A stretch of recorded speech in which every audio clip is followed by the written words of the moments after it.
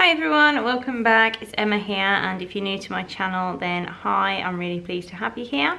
So today we are going to be doing the November cover page, and I'm using a new journal which I'm very excited about.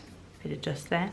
And I'm using an Archer and Olive journal now. So they've just come out with their A5 dot grid notebooks, and the paper is supposed to be suitable for paint and heavy duty stuff. So I'm going to test that out while we're doing this cover page, so it'll be very interesting. So I've already prepped my page by putting masking tape around the edge so that I can create a nice crisp border for my painting. So let's get cracking with it. So I've decided to do a misty forest scene, and the misty forest is going to come from this side and sort of swoop down over here, and then we'll have November across here somewhere. So to do that I am going to be using just one colour, and I'm going to be using this colour here, which is Paynes grey, and this is Paynes grey from Winsor & Newton Professional. It's a really gorgeous blue grey, and you can get so many different variations of tone using just this one colour. So I've mixed up 3 already, so I've got a really pale mix, and then I've got a sort of medium mix and a bit of a darker mix. So, and those will do just for my background. So I'm going to be using this brush here, which is sort of about 1.5 inch brush, and this is to wet the paper and get it nice and ready for the application of the watercolours, because this is going to be the wet on wet technique, so where we wet the page first and then we drop the paint into the water, so that's why it's wet on wet. So the first step is to go ahead and wet that page, and let's see just how much this Archer and Olive book can take. And I really hope it works out, because I shall be so disappointed if it doesn't. So I've wet my brush, and I'm just going to start taking that across, up and down.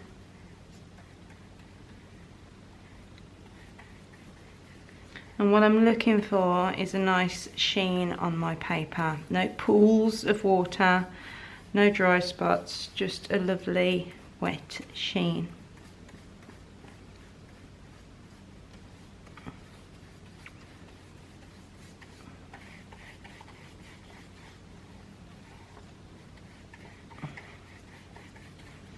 Okay, so some areas will dry out slightly quicker than others, and I'm being very careful because I don't know how much water I can apply to this paper and get away with it. So, and there we go, I think we're about ready. So dipping into my very palest colour first, and I'm using a size 10 silver black velvet brush, and I'm going to drop this into the corners. And this is my lightest mix, and see how this goes.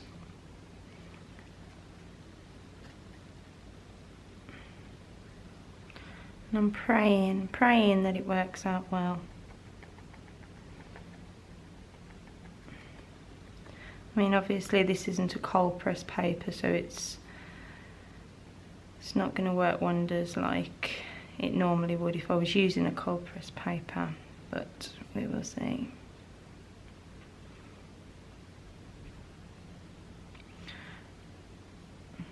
So the aim of this is just sort of getting a bit of background colour and defining some hilly shapes on my paper.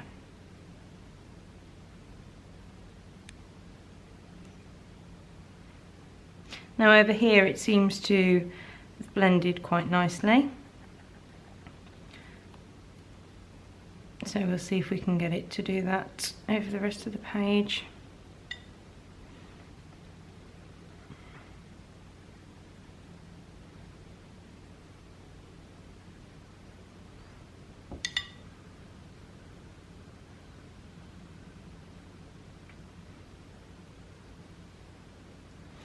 Just cleaning my brush off now so that there's just clean water on it, and dabbing it. And then just dabbing at the edges just to sort of blend that colour in a bit better. Now I'm just going to apply a little bit of the mid-tone mix and try and blend that in with the lighter tone, just in a few little places.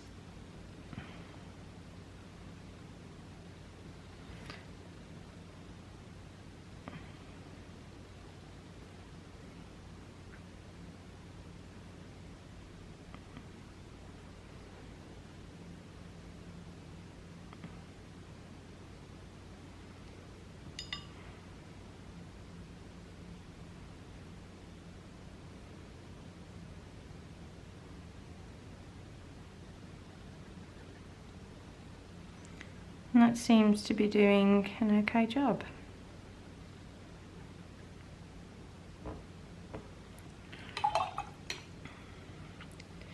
So just taking some plain water again. And again just dabbing at those, some of the edges, just to blend it slightly more.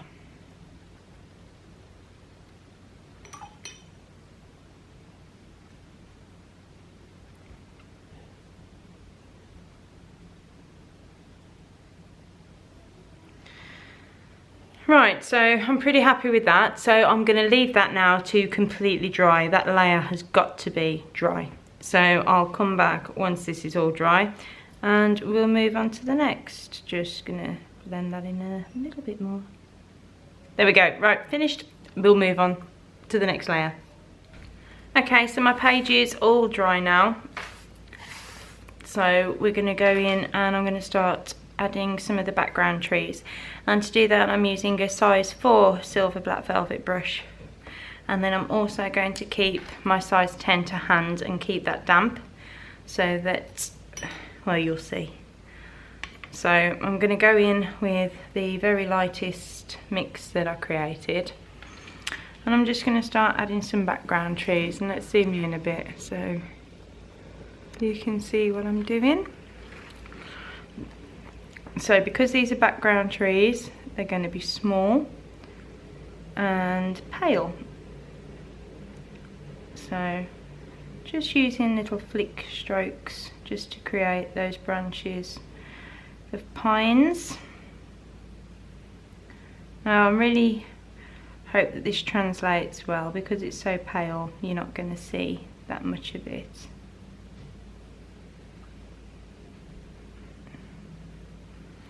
So just doing a few dots there just to imitate foliage, and then with that size 10 I just rub at the bottom of the tree just to misty it up like that. So I'm just going to go carry on adding some background trees and mistying them up.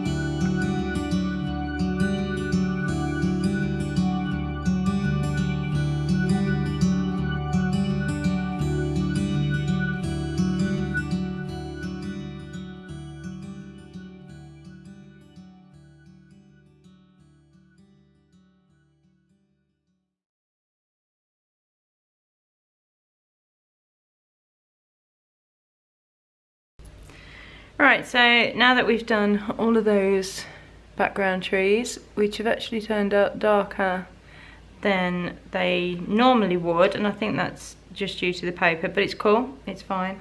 We're going to start adding some of the next colour, so sort of that mid-wash. I'm expecting these to turn out a bit darker as well. So I'm going to go back over here, back where I started, but I'm going to place these slightly further down, and they're going to be slightly bigger than the background trees. So they'll also have a little bit more detail. So we'll start adding those in. So I will take a bit more care about how I'm painting these.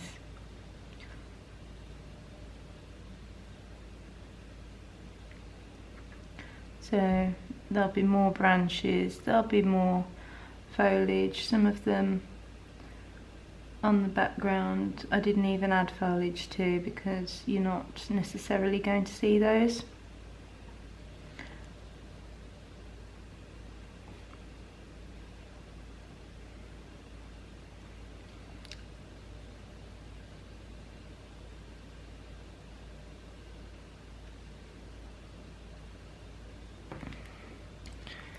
And again, using that damp brush, just mistying up the bottom of those trees.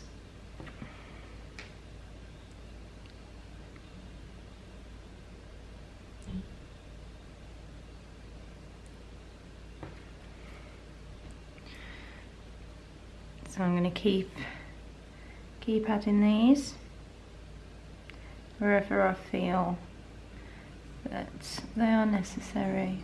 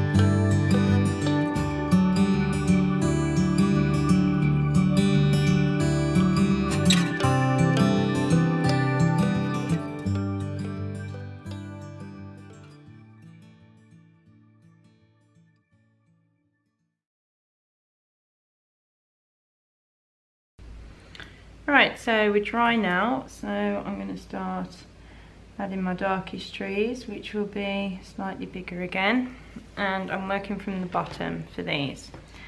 So I'm coming straight up, oh sorry, there we go. So I'm coming straight up from my masking paper to sort of about here,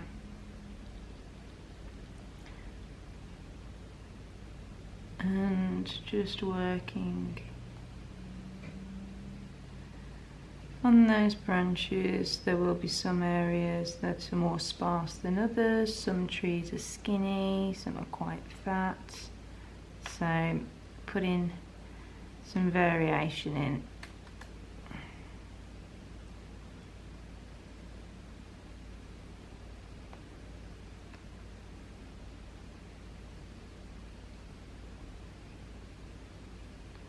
And again adding foliage as I go.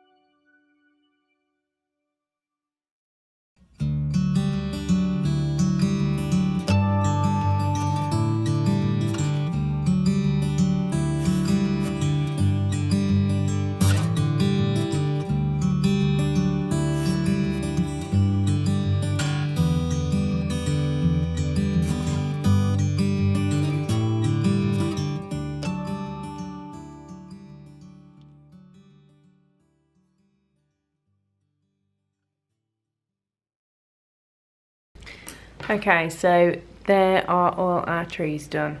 So I'm going to just wait for this to dry, and then I'm going to remove the masking tape and hope that we've got a nice clean edge.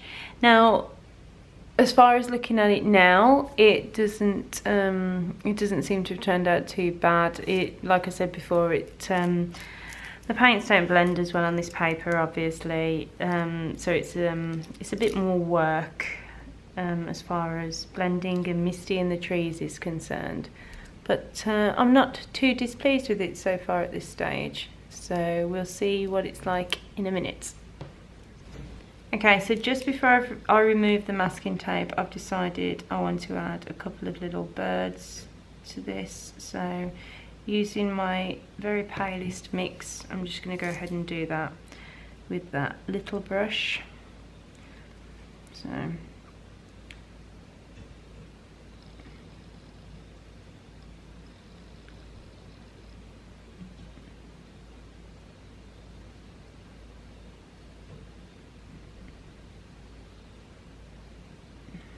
just have one over there.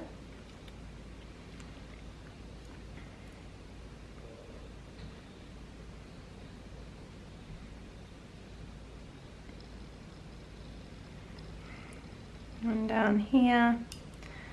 And it's always best to have an odd number, so I'll have another one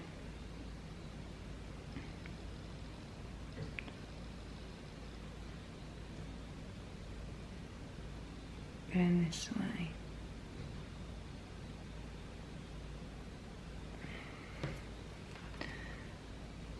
There we go, that's better. So yeah, just wait for that to dry and take the masking tape off. Okay, so time to get this off now. So just start unpeeling it. So I've got lots of pieces on here. So let's see just how this paper's held up to that wet on wet that we've applied. God, I've really stuck this down. There we go.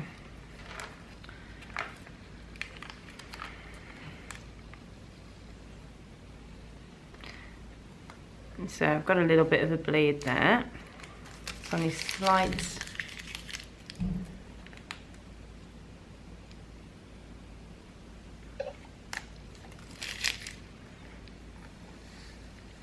A little bit there and there, and a tiny bit down this area. That can be cleaned up though, so I'm not too concerned about that.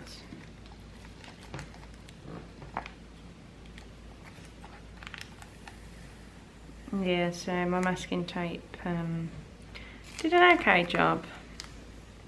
Not as good as usual.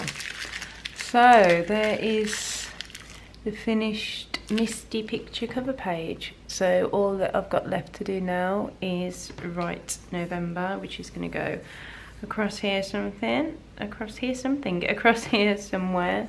So I'll just grab my pen and we'll do that. So I always like to just mark out in pencil where I want my wording. Now, do I want it here or here? I think here.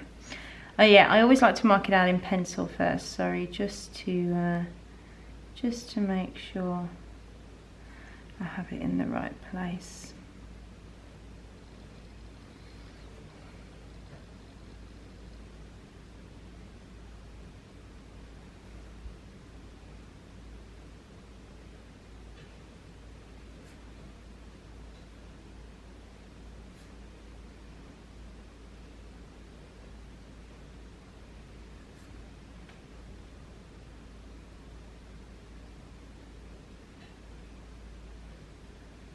And this is where the dot grid comes in really handy, because it's so easy to get your letters all of a consistent size.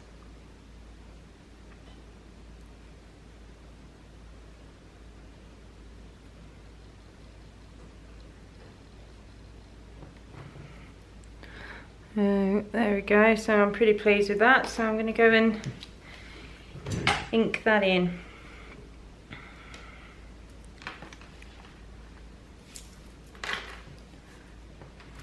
Actually no, I'm changing the start of that N. Now you see me with some blue tack here. When I've painted, I prefer to use blue tack as an eraser than a normal eraser. It's a lot gentler, it lifts the graphite from the page really well.